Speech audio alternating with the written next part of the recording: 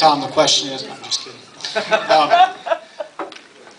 You know, I've heard this a lot on the campaign trail, and I certainly understand the frustration. And I think that we're going to see natural term limits that are coming out in November.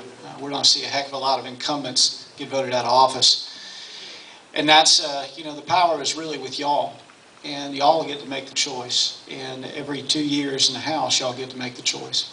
But I'm going to tell you this: I absolutely would support term limits. I will introduce a bill, introduce a constitutional amendment, whatever it needs to get it done.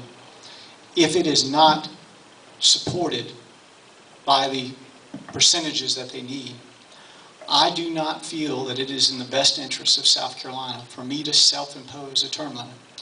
And I know there's some people here that are going to be frustrated with that.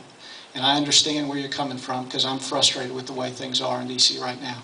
And it's because people have gotten awful comfortable.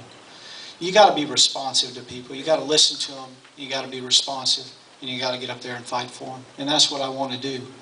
And if I'm doing a good job, I want to be able to continue to do that.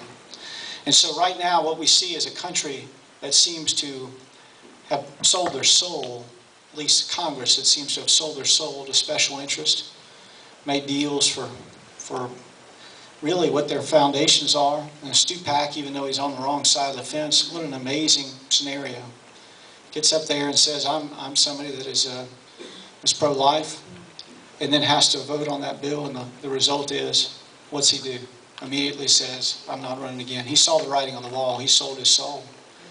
And it's a sad day. It's a sad day for the country when you see that type of scenario happen. Somebody that was so principled on that particular issue, yet still sold his soul to special interest and to the Obama administration.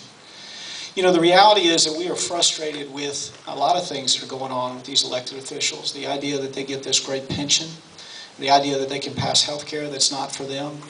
And I tell you, I believe in leadership from the front. And on county council, I knew that we were going to ask our employees to do some difficult things. We were going to ask them to furlough. We were going to ask them to make cuts. We were going to ask them to do more with less. And I told them, in fact, I didn't say anything about it. I just did it. I personally furloughed myself 27 days last year. This was before I made any announcement that I was running for Congress, because frankly I didn't know that Henry Brown was going to step down.